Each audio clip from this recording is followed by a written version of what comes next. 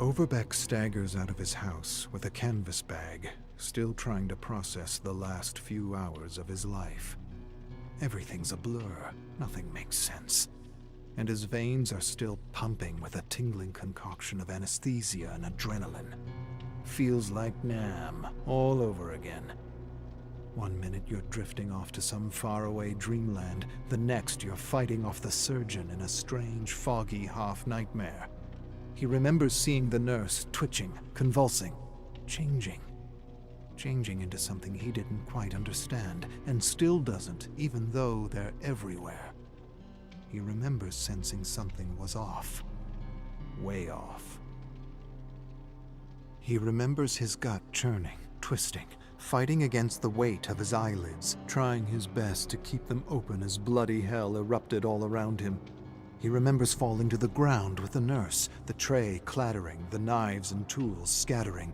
He wanted to sleep, just sleep, but he ordered his eyes to stay open and spotted the syringe rolling over the antiseptic floor. He remembers jerking his arm out, grabbing the syringe, and smashing it into his heart. Or was it his arm? Or maybe both. He doesn't remember anymore. Doesn't matter. All that matters is he made it out of that hell alive. He shakes his throbbing head and clambers over a barricade blocking an alley, winds his way through the burning city toward the market. Most of the city has been reduced to shit. Smoke and fumes seep through the streets. The air reeks of burning civilization, burning humanity. He recognizes the smell, brings him back to places he'd rather forget. Emergency sirens keen endlessly over the echoing shrieks of the infected. Flames erupt from the ruins and barricades, making Philly look like a smoldering wasteland of death and destruction. He had read articles about the so-called green flu. It had only been a few days, and it already felt like it was bringing us all back to the goddamn Stone Age. This is worse than Nam. Way worse. Philly in chaos and overrun by the infected. It was more than a common flu, no kidding. Dozens of conspiracy theories, and now it doesn't matter. It just doesn't matter. All that matters is surviving. Been here before, many times. He hears someone shout out a curse and spots a young woman clobbering an infected horde by the market entrance with a rake. Impressive. Up and at 'em, soldier. Mind if I cut in? They slash through the infected until all that's left is writhing flesh and gore. He stares at her. She approaches him. "Not bad, old man. Name's Zoe, last woman on Earth." Not really, but it feels like it. She laughs and wipes chunks of putrid flesh off her arm. She reminds him of a kid he knew in Nam. Strong smile and beaucoup funny, beaucoup fierce. Just like her. "Hello? Anyone out there? I need a hand over here." Bill hears the cries for help above the agonizing groans of the infected. He spots a cage in the middle of all the chaos surrounded by the infected. He grabs his rifle and fires, splitting infected heads like watermelons. He approaches the cage with Zoe, where he sees a man covered in blood. Out of the frying pan and into the cage, he laughs to himself. "How'd you end up in this shithole of a thing?" The man sighs. "Quit yapping and get me out." Zoe looks around. "Something ain't right about this." She's got good instinct. Bill's feeling the same knot in his belly. The man smashes the cage. "Just get me out of here before they come back!" Bill lifts the butt of his rifle and smashes the padlock off the latch with a mighty clang. "Merry Christmas, kid." The man smirks. "I like that one, Gramps, and I ain't a kid. Call me Francis." Francis steps out of the cage, repeating, "Merry Christmas, Merry bloody Christmas." Bill spits over an infected corpse sprawled over the rubble. "That's my line. Find your own." Francis's smile grows. "No copyright on a line like that." Bill knows what he's doing. They're kind of a pack, and this ain't about a line. This is about who's calling the shots. A lot of brass for a civilian. Truth is, no one is really in charge in this shitstorm, and we all gotta take the lead in some way or another, and he's too stupid to understand. He ought to break him now before things get nasty. Set him straight. He inches closer to the man. Zoe sighs. Boys, it's just a goddamn line. A sudden clicking sound behind them, and Bill senses they're screwed. They turn to face 3 men with guns trained on them. Out of the cage and into the blazing goddamn fire. Francis sighs. Shit. Canadians. Bill looks them over. A group of men in makeshift hazmat suits and rifles.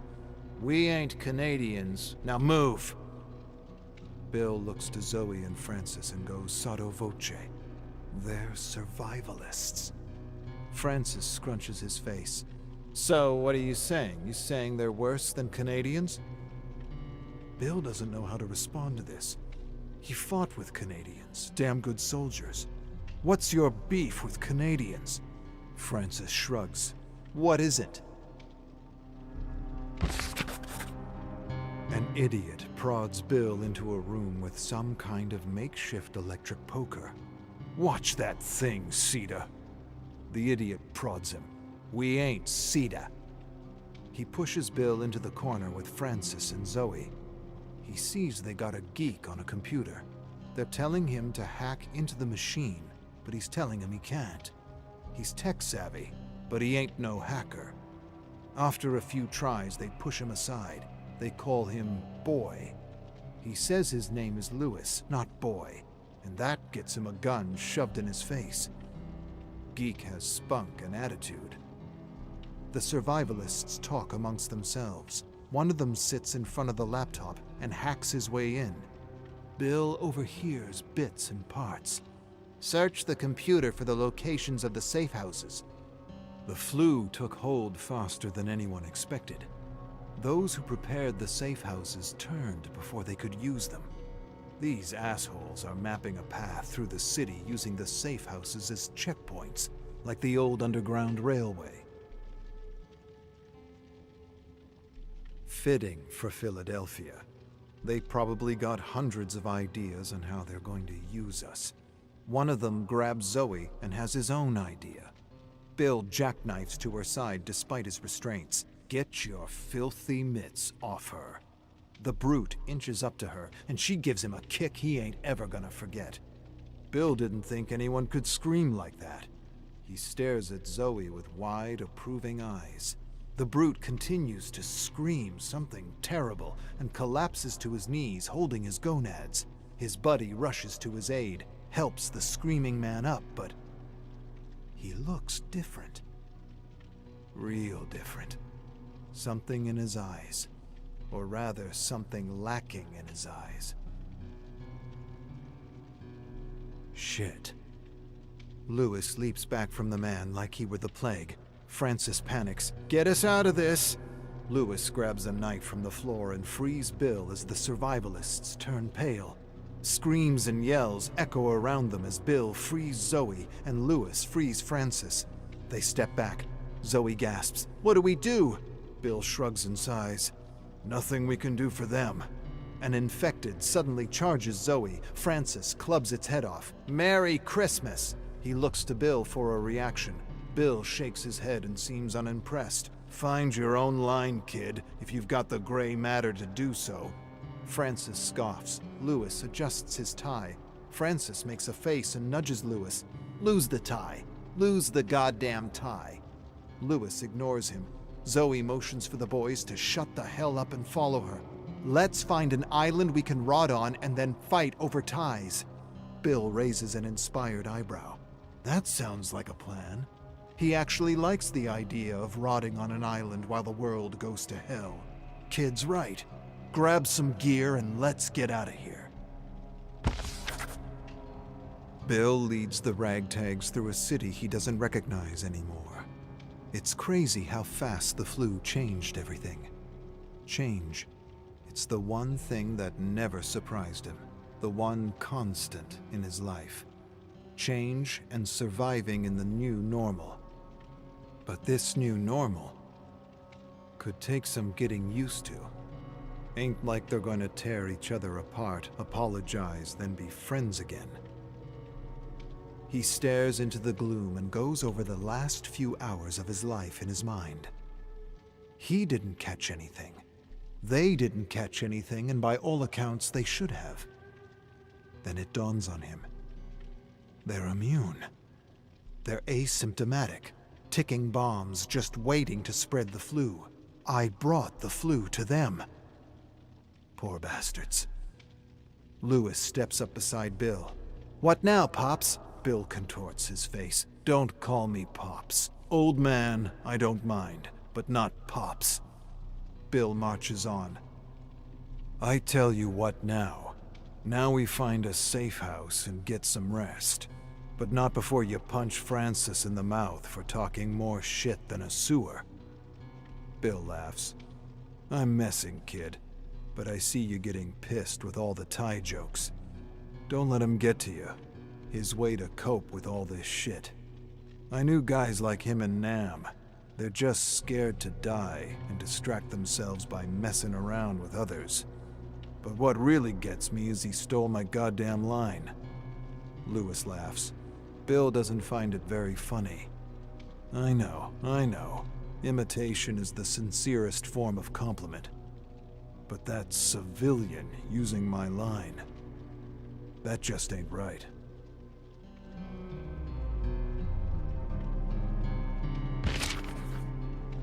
Safe houses are abandoned, but there's still treasure troves of supplies. This beast of a flu hit fast and took no prisoners. Bill sighs and doubts evacuations are still running, counter to Zoe's belief that the government actually still gives a shit. World has gone to hell and the government don't care, but he ain't saying anything. Last thing he'll do is rob them of hope as they creep through the bowels of the fallen city. He liked Zoe's other idea about finding an island to rot on. If you're gonna rot anywhere, an island, any island, ain't half a bad idea, especially one with coconuts. But if she wants to hope for the government, she can go right ahead. He ain't gonna take away her hope, even if he knows enough about the government to know they ain't worth a second thought, let alone a second chance. But he'll shut up for a civilian that still believes in the system. A system that was broken long before the flu spread. Besides, while she hopes for the government, he'll figure something out. He always does. Zoe regards him. "There's gotta be more like us. Areas that have to be protected, quarantined. It can't be that all cities are like this." Bill suppresses a cynical remark. There's something in Zoe he respects. She reminds him of someone he used to know. Someone he used to be, someone who had all kinds of ideas and ideals before he had seen the true face of governments, of humanity.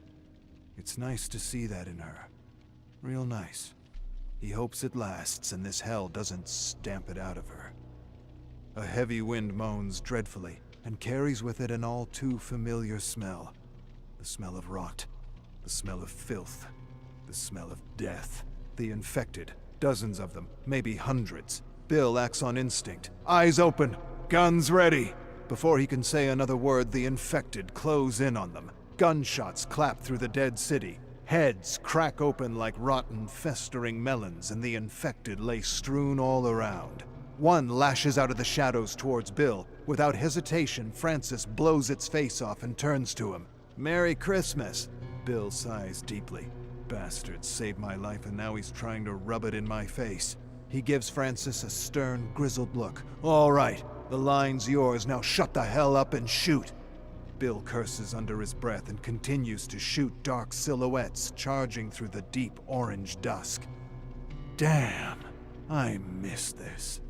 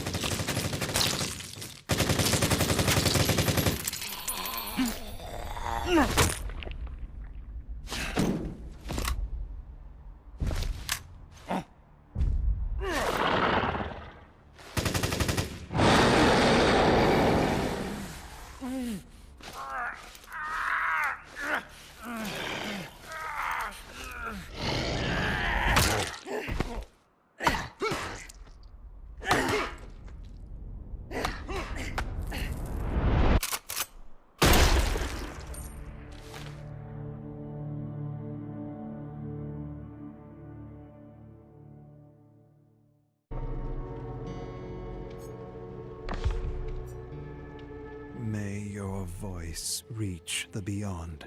May your voice reach the beyond. May your voice. Adiris speaks this line until it becomes a single word, babbled in harmony with her fellow emissaries in faith. May your voice breathe the beyond. May your voice breathe the beyond. 13 women stand in a circle around a stone altar. Adiris's chant falters as time passes, her raw throat the only indication she contributes.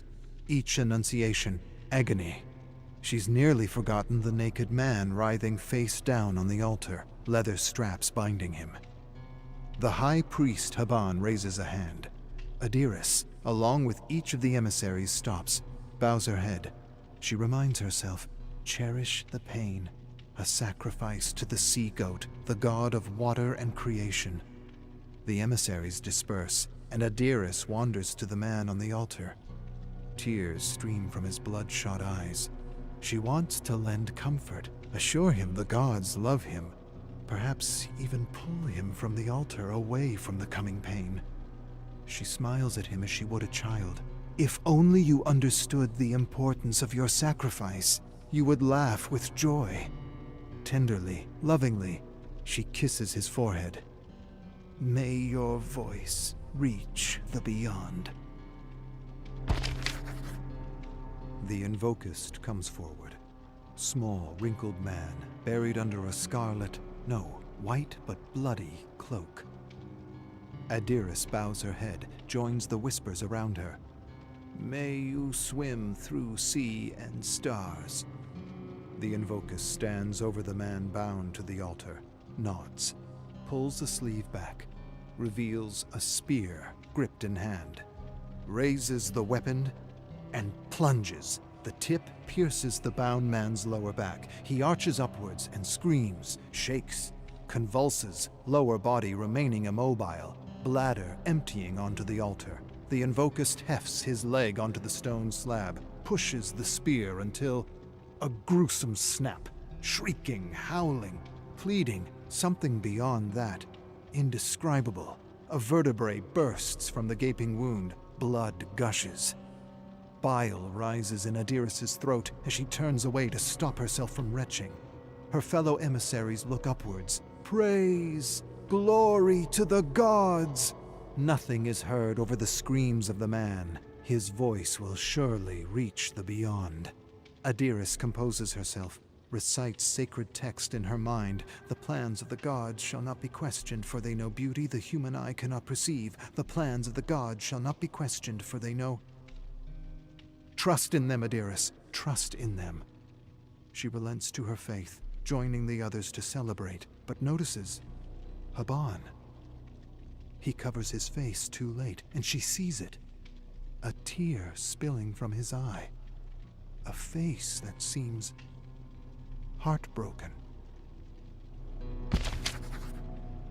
Adiris splashes water over the altar and scrubs. Red circle swirling, bright. Like the sun the day she was left at the temple door. Stifling heat, painful steps on burning sand. Mother and father, a missing piece in the memory, unfocused, replaced by Haban. A crowd of imposing high priests, and only he peers warmly. She cries, so he lifts her, removes his hood. In the courtyard, he lets her touch the statues of the gods. Rishon, keeper of the stars, Ortares, sentry of the desert, Atil Alara, mother of humanity, deities who would watch over and protect her. Haban becomes teacher, father. He tells of their religion, formed by exiles who believed other faiths had become corrupted by politics. They brought new insights to the afterlife and unified all gods beneath the great creator, the sea-goat. She finds guidance in his teachings, meaning in servitude, comfort in knowing suffering is love. She may shudder at connecting compassion to bloody sacrifice, but she works continually to overcome her doubts. Yet over the years, as her faith grows, Haban changes in a different way. She sees heaviness in his walk. hears his voice trail off when he reads the sacred texts. While he once stood energized by generous sacrifices to the gods, today he shows anguish. What darkness could snuff the desert sun? Adiris sits in the courtyard, Haban seated across from her. Eyes are fixed on a game board between them. She rolls a wooden die, moves a black disc over the board's squares, lands on Haban's piece, places it to the side. No reaction from Haban. Adiris looks to him, sweet expression of concern. A joyous sacrifice this morning, would you say? The gods rejoice, praise be. Haban hardly lifts an eye. Praise be. A cool breeze, birds chirp unseen. Haban seems to scan the courtyard. Upon seeing no other occupants, looks Adiris in the eyes. He was a good man, a friend, and the world is darker without. Adiris wonders if she's being tested. She knows what to say, interrupts him with a line that's been delivered to her thousands of times before. It was commanded by the gods. He swims in the wake of the sea-goat now. Haban turns his attention to the game board, flicks away Adiris's disc and positions his at the end. It seems I have won, as was commanded by the gods. Adiris pushes her chair back, objecting. Haban sweeps the board off the table. I shall write the rules of anew. I shall include decrees, punishment, theft, and sacrifice. And should anyone object, I shall preach those momentous words. It was commanded by the bloody sea-goat and his damned gods. Adiris shakes her head, the shock of words she never thought she'd hear rattling painfully in her mind. This is blasphemy. Deep bags under Haban's eyes seem to swell. Yes, the truth often is. The day of virtue arrives. A monthly ceremony to purify the congregation of dire sins. A bell tolls. Adiris and the rest of the temple's crowd drop to their knees. Forehead touches cold stone. She peeks up, sees the maiden guard arrive, stepping through the crowd, guided by faith to seek out sinners. She waits, counts the scratches in the floor until a scream, a woman pleads, and coughing, choking. Adiris looks up, sees a commoner dragged from the temple by her throat. She hardly notices two olive-brown feet step in front of her. Rise, rise. Adiris shrinks under the maiden's gaze, notices the hint of ripened dates from her open mouth. Under the eyes of the sea-goat, speak of the evil you have witnessed. Deliver us thieves, adulterers, and blasphemers, so we may purge them. Shoulders stiffen. Adiris sees the face of Haban, the face of the man who raised her. She hears his gentle voice, and the agitated voice of a blasphemer. Indecision knots in her chest, tightening, twisting. I have witnessed no evil. By the gods, my eyes are pure. The maiden examines Adiris. Seconds trickle by, ever slowing, stretching reality to its seams until the maiden nods. May you swim through sea and stars. She turns away, and Adiris summons every bit of strength to keep herself from collapsing. Adiris sweeps dust from the altar floors. A set of hurried footsteps click along the stone, marching closer. She turns to see Haban. Gentle face tensing, he hushes her. My daughter. Curse the man I once was. I took you as a child and tainted you with notions of divine judgment and punishment. Now I see you struggle, as these thoughts nearly take hold. I beg you, cast my teachings aside and see the blood spilled in this temple. No cleansing can purify the horror perpetrated here. The doctrine overflows in her mind. The will of the gods is law. No man shall question the divine. He who battles the tides will perish. But she surprises herself by remaining silent, and Haban seizes the moment. I am old and have wasted this life, but I cannot bear to destroy yours. Meet me here at nightfall in a fortnight's time, and we shall escape the clutches of deceit. If you have doubts, I ask you to consult with your gods. My daughter, may their silence be your answer. Though Adiris's heart beats, she feels emptiness where it should reside, a hollow space dripping acid into her churning stomach. Knees bruised, she prays to the gods, pleading, silently screaming for an answer. Nothing. The wind remains calm. She is alone, surrounded by stone, looked down upon by statues of gods, unmoved. Dust floats through the air, settles on her skin, more real than anything she ever believed. A lifetime of faith, security, crumbles. She feels unsteady, the only certainty in her mind that she must leave this place. She rises to her feet, turns her back to the temple. Only then, a whisper. The hushed chitter in her head is unclear, inarticulate words passed through a forked tongue, but she feels it, understands a remarkable truth. She will never be alone. Ever. Shame washes over Adiris as she retreats to her room. She dared doubt the gods. Within their chaotic whispers, pain, anger, bloodlust, atone. She removes her robe, reaches for the lash, a crude whip of thorns and bronze spikes. Atone! She swings with great force.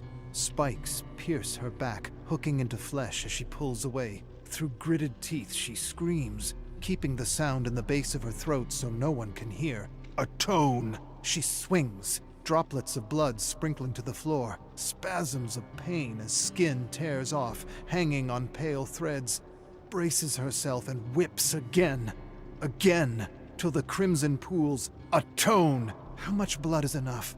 Her body screams in agony. She thinks to drop the lash, run from these walls, but remembers the doctrine Haban taught her. Suffering is the heart of love. She tightens her grip and swings again. Sweat weeps from Adiris's pores onto her bedsheets. Thick scabs tear from her flesh as she shifts. With great effort, she lifts her head, looking to the sound behind her. Haban. He kneels over her, wet cloth in hand. She's too feeble to speak, but the whisper does it for her, hissing, thrashing, communicating a hurried feeling in her mind. Blasphemer. He washes the blood from her back, bringing his mouth to her ear. Is this the doing of the Maiden Guard? What has their blind faith wrought? She slips between consciousness as the blasphemer takes her hand. I have failed you, my daughter, but no more. Have strength, and we shall soon escape. Though Adiris's movements are met with pain, she lifts her head to the sky, thanking the gods for their guidance. Their whisper remains, further away, dissipating, yet still commanding, influencing. She opens her heart, allows the whisper to seize her body. She strides to the quarters of the Maiden's Guard and takes a uniform, confident no one will discover the violation, knowing the gods are on her side. A censer of sweet frankincense sits atop a table, compelling her to it. She allows her hands to move as they will, filling the censer with oil and glowing embers. She does not question the will of the gods, knowing all threads shall be woven and someday the tapestry complete. Trust in them, Adiris. She steps into the moonlight. Nightfall. Smoke dances around her body. Bare feet carry her along a stone path to the mouth of the temple. As she peers inside, she sees through the shadows to the slight, shivering figure of the high priest, Haban, the mentor, the father, the blasphemer. May his voice reach the beyond.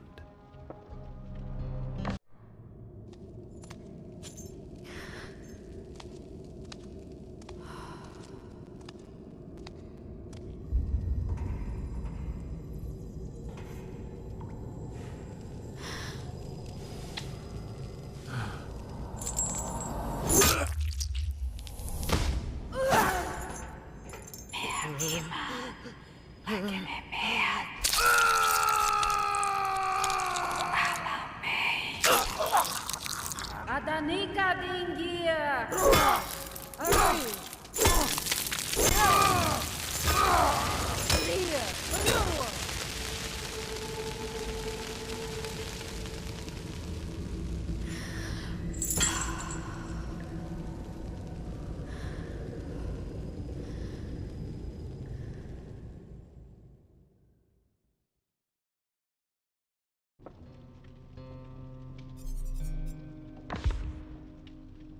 Arcus 3. Spent the entire day doing unnecessary mundane tasks, like sweeping the floor, dusting statues and furniture, and polishing silverware, all in a fairly successful attempt to keep my mind busy. I imagine once I have the Orus working as it should be, I'll be able to keep myself distracted with what seems to be dreaming black fog. Toward the evening, I tinkered with the Orus, and when this proved frustrating, I worked out mathematical equations and theories while talking to myself and engaging in stimulating debate and what I believe to be meaningful discourse. One of the lessons of those on assignment within the boundaries of an ancient is to keep to a rigorous routine of writing, reading, and self-talk to not let the pillars of the intellect crumble under the weight of laziness, alienation, and boredom. Thinking and speaking are skills, and like any skill, they can decay and wither away if not practiced regularly. Arcus 4. Stories and journals are scattered everywhere. So much to read, and yet I find myself drawn to the scribblings and renditions of the unknown creator I'm calling the Mad Designer. Journals filled with the wild sketches and musings of people I imagine are caught in other parts of this living dimension. People juxtaposed with other terror worlds and timelines that make little or no sense to who they are or where they're from. The illustrations and notes are foolish, absurd, and quite contradictory, and yet they bring moments of levity to my life, which does the soul good. I suppose it's a form of absurd escapism I turn to when I'm not reading the more traditional stories. Interestingly enough, I found 17 versions of a story featuring a killer named Evan, written by 17 versions of the same author from the Omniverse. 17 similar stories with sometimes subtle, sometimes significant differences. What I find particularly interesting is how the stories are written as fiction in one world and non-fiction in another. It reminds me of Universis Alveo, a theory that suggests that the human mind might very well be equipped with a powerful networking mechanism that reaches out to other worlds for wisdom and knowledge from our other selves. Some can use their minds in this way, and others can't. The theory suggests that those who have experienced trauma in their formative years detach from their reality, allowing them to explore other realities and worlds with relative ease. Artists like magicians and shamans see small things in the big, unexplainable, endless dream that is the omniverse, and they bring these ideas or insights back to entertain, enlighten, and inspire the world. Fiction in one world, non-fiction in another. Everything is real, or nothing is. And here in the Chamber of Blood, there are countless horror stories of every variety.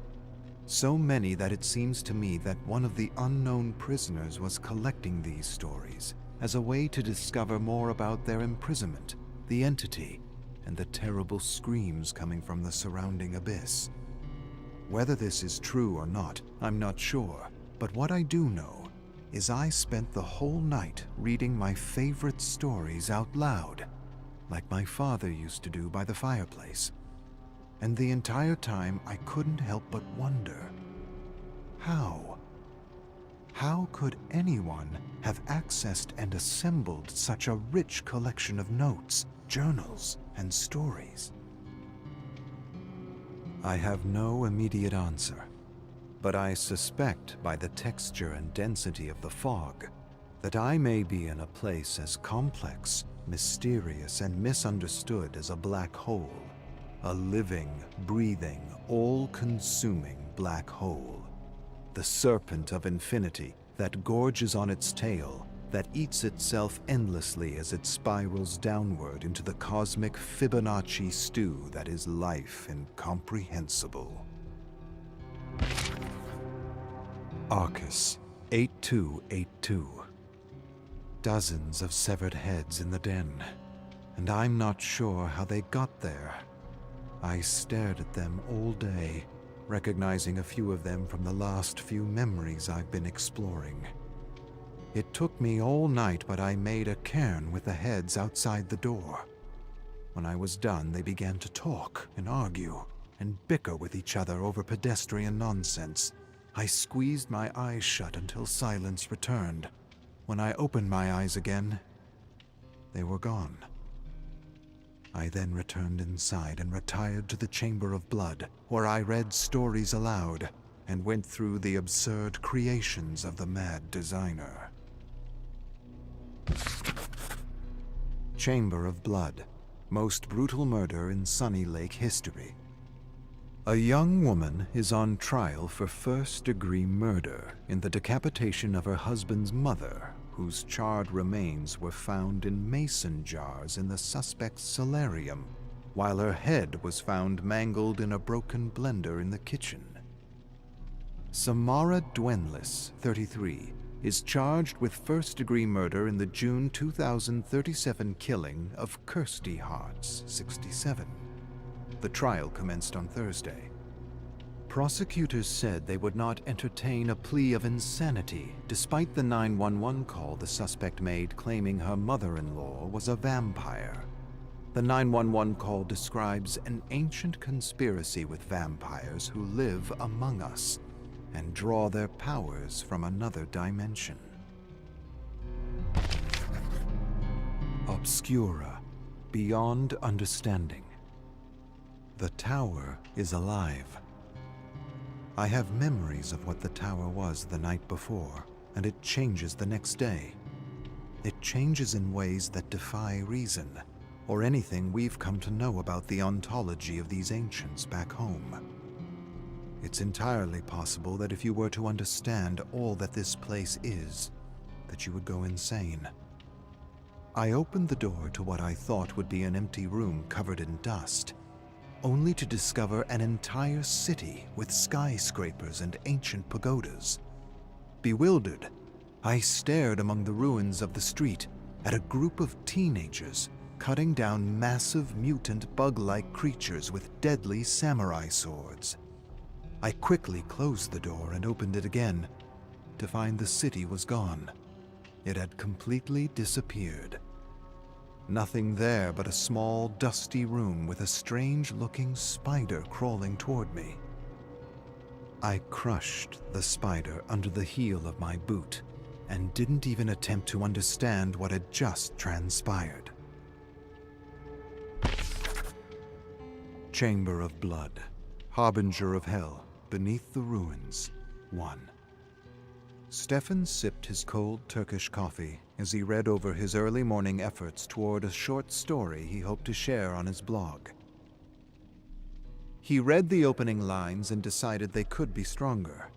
With a sigh, he tore the yellow page from the legal pad, crumpled it into a ball, and tossed it into a growing pile of false starts in the middle of the opulent black and burgundy hotel room. He slammed the desk, frustrated, and wanted to write something fun and original for his blog, yet nothing came to him. The latest episode, sponsored by their mysterious benefactor, had his production team investigate ancient tombs in southwest Turkey. Not so much him, but his niece and nephew, who had tougher nerves for the macabre.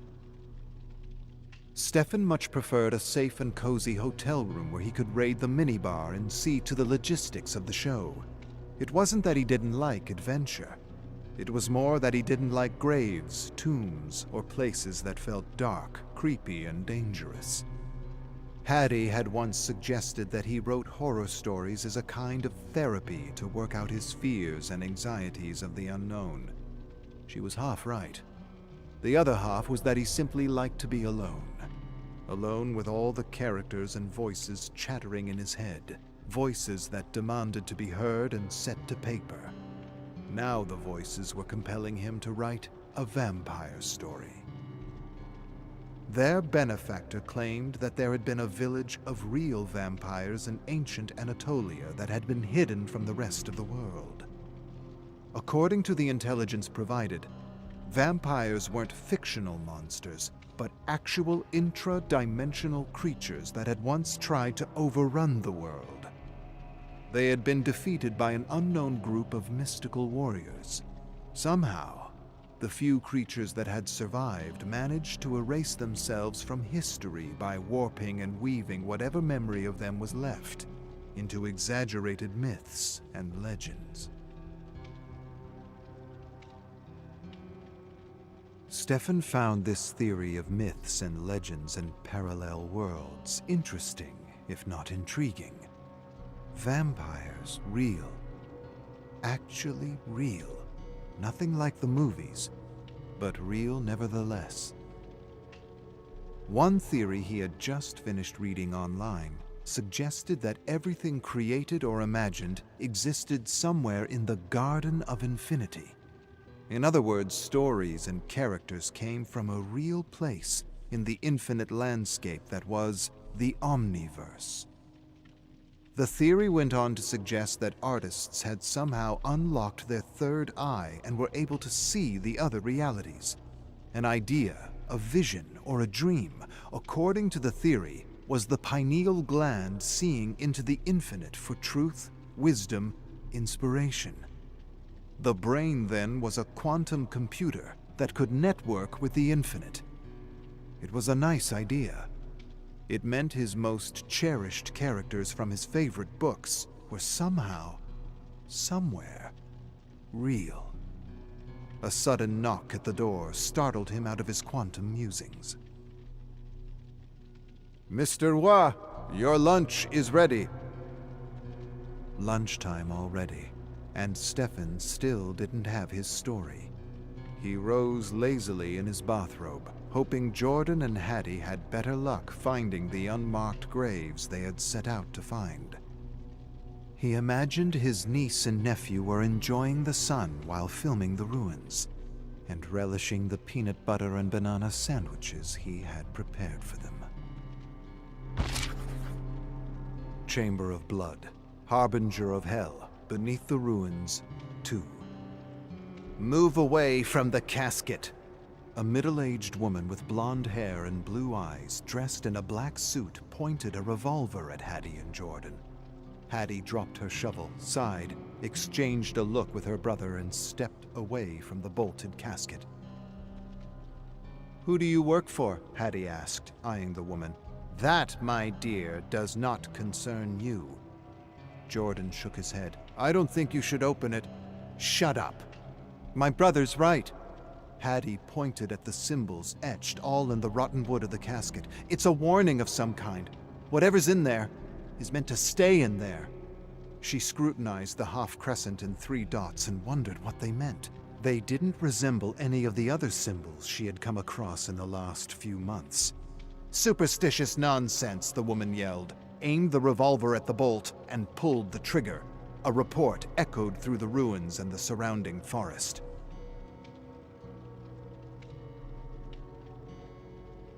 Hattie wondered if their guide and translator had heard them. He probably didn't even take notice or didn't care. He refused to follow them near the tombs, called them ignorant tourists, and said he would stay by the car texting his friends until they returned. The woman pulled the trigger repeatedly until the bolt clanged off and hit the ground with a thud. "I hope he calls the police," Jordan whispered to Hattie. "I wouldn't count on it." The woman examined the casket carefully. Hattie and Jordan inched backward as she struggled to yank the lid open. As Hattie cautiously backed away, she figured the woman worked for the same secret society that had now interfered with several of her investigations. She didn't know much about them, but from what she had gathered by overhearing a few of their goons in Egypt, was that they were searching for hidden knowledge. Knowledge they believed would help humanity transcend to another plane of existence. "Please," Hattie cautioned, "don't open it until we know what the symbol means." The goon scoffed, and with a labored scream yanked the lid open to reveal nothing. Nothing but a strange black mist. "I don't understand," she said. "It's supposed to be here. The book." The goon's eyes narrowed. Frustration creased her face as black mist suddenly rose and spiraled into her mouth and nose as though it were alive. Hattie and Jordan stepped out of the grave. The woman gagged, coughed, and collapsed. There in the dirt, she jerked and twitched in all kinds of unnatural directions, screaming and shrieking as the mist reshaped her body into something indescribably grotesque. Her veins stood out thick and black in her neck, her hands smashed the ground, and she went into hysteric convulsions as though being burned alive. Then, with a blood-curdling scream, her body went limp and silent. Hattie repressed a cry of horror. She felt a cold prickle run down her spine as she stared at the scene in disbelief. What was going on? What strange mist could do such a thing to a person?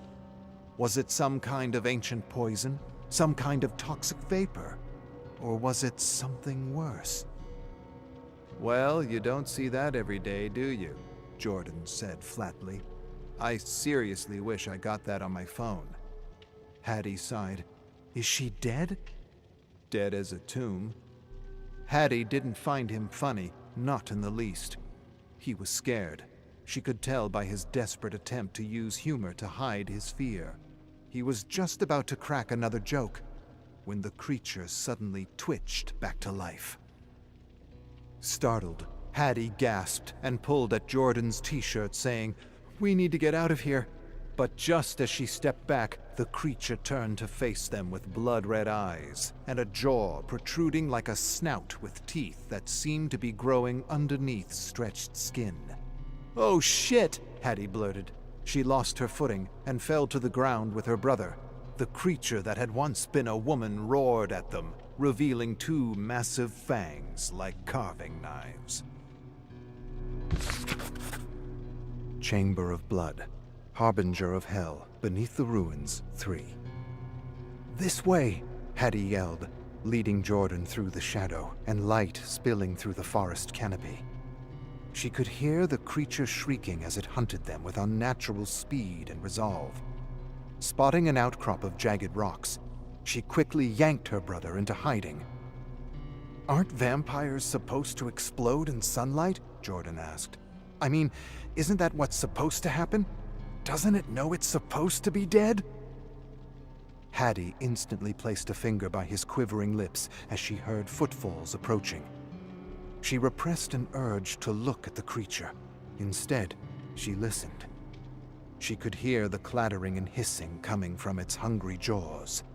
She could hear the crunch of stones and the distinct snap of twigs as the creature searched for them. Then the footfalls seemed to change direction, growing fainter and fainter, until all she heard was the chirping of insects. Hattie heaved a shuddering breath. Jordan gulped and swallowed a lump in his throat, saying, "We should have respected the warning. If that's what it was, a warning. What else could it be? I don't know. What I do know is, we've released something foul into the world." "And by foul, you mean the vampire and not gas," Jordan said with a smirk. "Just clarifying." "Not funny. A little funny. No, not even a little." Hattie risked moving beyond the rocks. She glanced apprehensively, half expecting the creature to hurl itself at them. When nothing happened, she stood and slowly and quietly led Jordan back toward their guide. As she pushed her way through the woods, she couldn't help but notice the similarities between all the symbols she had seen at the last few investigation sites. They were unlike anything she had ever seen before, and she had discovered them in completely different parts of the world. India, Africa, Portugal, England, Paris, and now, Turkey.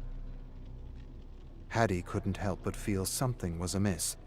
She broke the silence, saying, "We're being pulled into something far more complex than we've been led to believe. It's almost like we're being used." "Used? For what? Who cares about a bunch of bozos from Montreal who release foul things into the world?" Hattie shook her head, gave him a grave look, and answered, "I don't know. But I think it's about time we meet our mysterious—" A twig snapped, startling the siblings. Before Hattie could finish her thought, the creature stood framed between two trees, dappled in sunlight. Jordan screamed in terror as the creature lunged at him, grabbing his arm and sinking its bony claws into his skin. With a mighty roar, the creature hurled him against a tree with a thud. Groaning, he sagged to the ground as inky blackness seeped down over his vision. Hattie thought quickly, spotting a fallen branch on the ground. The creature inched closer to Jordan, staring at him as though he were a steak. It kneeled before him and prepared to sink its fangs into Jordan's neck to satiate its red thirst. Just as it opened its gaping mouth, a resounding yell interrupted it. The creature hissed and turned just in time to receive a branch across the face. It fell to the side, then scrambled to its feet, locking eyes with Hattie. Hattie backed away slowly, glad she had saved her brother from certain doom, but unsure what would happen next. Then, inspired by the vampire films she had seen with her Uncle Stefan, she turned the sharp side of the branch to face the creature just as it pounced on her like a lion. The makeshift stake hit its mark, skewering the creature straight through its monstrous heart. The creature shrieked something awful and collapsed to its knees, holding the stake. Wiping her brow, Hattie stepped away from the creature and approached her brother. But a sudden squelching sound froze her to the core. Slowly, she turned to watch the creature pull out the stake with the pulpy dead heart still attached. The creature tossed the heart to the side with a mangled smile. An instant later, it pounced over Hattie, taking her to the ground. Hattie pushed and jerked under its powerful grip as it salivated and peered hungrily at the thick arterial vein pumping in her neck. Saliva dripped down Hattie's neck, slow, warm, and slimy like a slug. She screamed, and then had no breath to scream and began to see not stars, but geometry. Symbols. Symbols she had previously discovered in the overlap, as she often called it. She didn't know what else to call what she understood to be a Venn intersection of worlds, where she could see and access knowledge and memories no one else could.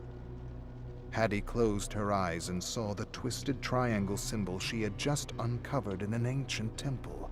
Then she saw the strange circle slashed in half, with a line that she had discovered all over the walls and floor of an abandoned asylum, as though someone or something was conducting dark experiments in the overlap on the patients.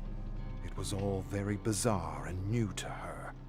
Now, as the creature prepared to feast on her blood, Hattie wasn't seeing memories pass before her eyes, but all these strange and arcane symbols that felt older than life itself, as though someone or something were trying to send her a message from the overlap. Chamber of Blood, Harbinger of Hell, beneath the ruins, 4. As the creature prepared to quench its thirst, Hattie felt the end coming. Desperate hands fumbled over dirt and twigs, searching for something, anything. Then, just as the creature prepared to puncture her neck, she grabbed a rock the size of a baseball and smashed it straight through its mouth, shattering its deadly fangs. The creature jolted to its feet with mad agony. Pieces of bone and tooth dropped into a thick puddle of blood and saliva. Hattie turned to see Jordan moaning. He was alive, barely, nevertheless alive. Relieved, she scrambled to her feet, trying to think of a way to destroy this ancient evil once and for all. Then she saw it. The revolver, hanging from the belt. Without hesitation, she rushed up to the creature as 2 new white fangs pushed out the bloody remnants of the old. Before it realized what was happening, she snatched the revolver and shot the creature point blank in the face. The creature fell head over heels as Hattie unloaded the revolver into its face and body. But bullets were futile against this otherworldly apparition. Within moments, the creature was clambering to its feet, the whole while staring at Hattie with blood-red eyes. Nervously, she inched backward, not knowing where to go or what to do. There was nowhere to go, nothing she could do. This was the end. With incredible speed and strength, the creature pounced and took Hattie to the ground. Gleaming white fangs approached her neck with malice. She jerked and kicked and screamed under its weight. She felt its warm breath inches away from the nape of her neck. Then, in her mind's eye, she saw them again. The symbols. All of them. They swirled and flashed and then coalesced into one symbol. The symbol she had seen etched in the casket. With dawning realization, she understood. The symbol wasn't a warning, but a seal. A seal to imprison this unfathomable, indescribable creature. As the creature prepared to gorge on her life, she managed to grab something sharp off the ground. Its broken fang. And with the last of her strength, she managed to etch the crescent and the 3 dots deep into its cheek. Suddenly, the creature's eyes widened into great big pools of disbelief. It looked at Hattie in abject terror as it stumbled backward, desperately trying to scratch the symbol off its ghastly face. But it was too late. Black mist, like acid, bubbled and burned through the creature's skin. The percolating mist filled its lungs, chest, and neck. The belly and chest ballooned as pressure bludgeoned the creature from within. Then, with an agonized shriek, it exploded like a cherry bomb. Covered in gore, Hattie dragged herself beside her rousing brother. "What did I miss?" he groaned and sat up, leaning against the tree. He narrowed his gaze and peered through the thin red mist of blood that hung heavy in the air. "Where's the—" His voice trailed away as he noticed the shards of bone and chunks of flesh covering his clothes. In silence, they picked off bits and pieces of the creature. Then Jordan said, "Well, this was pleasant. Pleasant as a funeral." Hattie didn't respond to his stupidity. She was thinking about the symbols they had come across in their investigations. She wondered what they meant, where they came from, and if there was something connecting all these paranormal sites they were being sent to investigate. Moreover, she wondered if their benefactor was using them in some kind of chess game. against forces unknown. Chamber of Blood, Old Bloody. This is the story the tour guide told us after showing us around the old Mad Canyon Distillery in Moonlight Bay. She offered the adults a taste of Old Bloody, a recipe that had been infamous during Prohibition. While we tasted the bathtub gin, no one spoke as the firewater burned down our throats. The tour guide talked about the abandoned distillery we were walking through, telling us about how the first gang had all but disappeared before the legendary Al Capone got his hands on the operation. She must have told the story often as she spoke fluidly and made gestures and pauses at all the right moments. Ladies and gentlemen, I'm not one for tall tales, but what we know of the disappearance of the Maddie Hatter gang is very much a vampire story if ever I heard one. The Maddie Hatter gang was mostly made up of the Maddock family, led by the father, Hank, who had a thing about collecting hats from rival gang members he butchered. He must have stolen the wrong hat, because that bloodlust came back to haunt him in the fall of 1921, when his gang disappeared with only the youngest of the family left to tell the tale of what had befallen them. And what had befallen them was indeed a great mystery. A mystery people to this day bicker about and dismiss as an urban legend, but I swear, it's no legend, and all of it is the truth.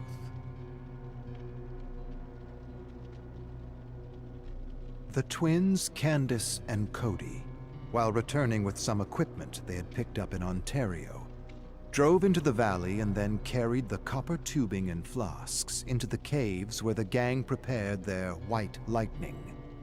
But when they arrived, they found nothing but blood.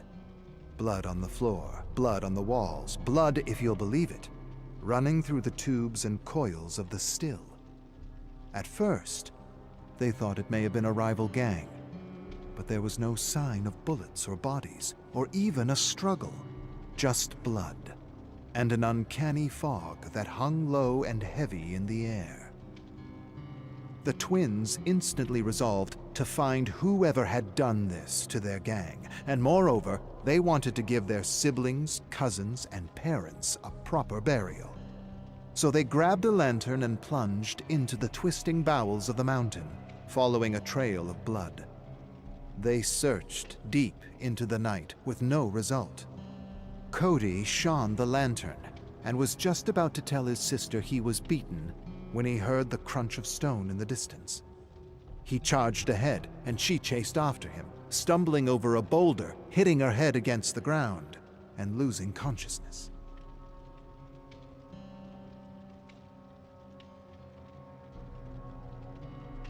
When Candace roused, she sprang to her feet and rushed toward the flickering lantern light, screaming her brother's name. Through dancing shadow and light, she approached her pale brother sprawled over the ground with 2 small puncture wounds in his neck. She felt his chest for a pulse and gasped when she realized he was dead. She shuddered, then screamed, and moved by an unknown force, she grabbed the lantern and charged forward. Then, without realizing it, she entered a massive cavern, feeling the ground beneath her feet turn to mush.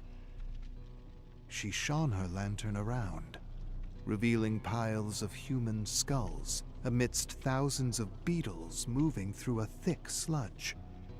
At her feet, she saw a few beetles devouring a sick bat. She tensed and looked upward to see thousands of bats sleeping. A few beetles scurried over her foot with morsels of rotting flesh, and she kicked them away. She swallowed her fear, realizing that if she woke the bats, they would strip her flesh clean in a matter of minutes. Then she glanced at the familiar barrels in the corner by a pile of animal bones. Silently and carefully, she made her way past the bones.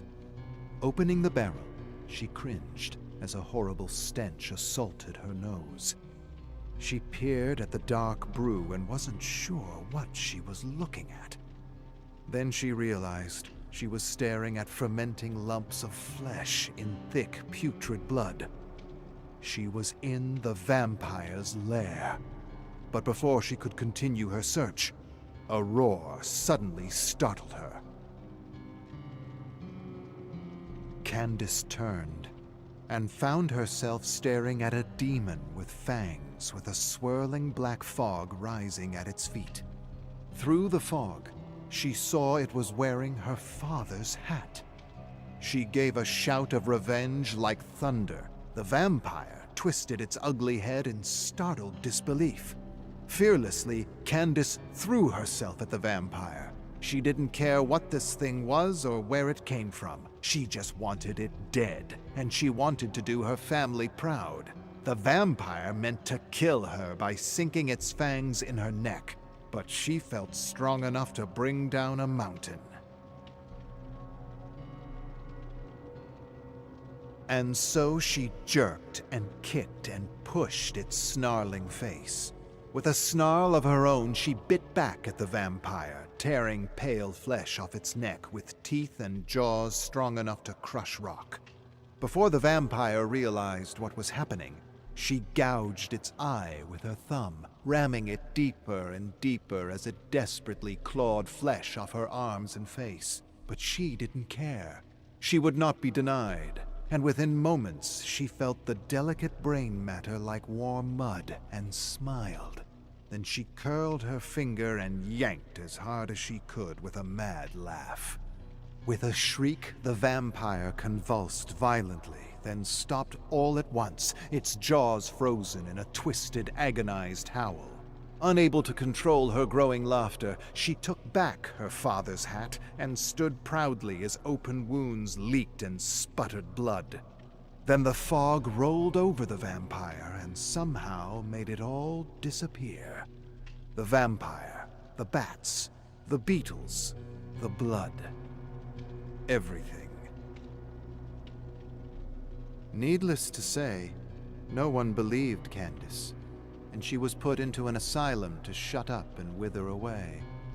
But eventually some rich philanthropist took charge of her, and she was never seen again. Everyone was silent. Someone laughed and said, "That's not really a vampire story, is it?" The tour guide replied, "Not like we're used to, no. But that's her story, and I swear I told it like I heard it." Then a young woman in a concerned voice added, "I hope that girl ended up all right."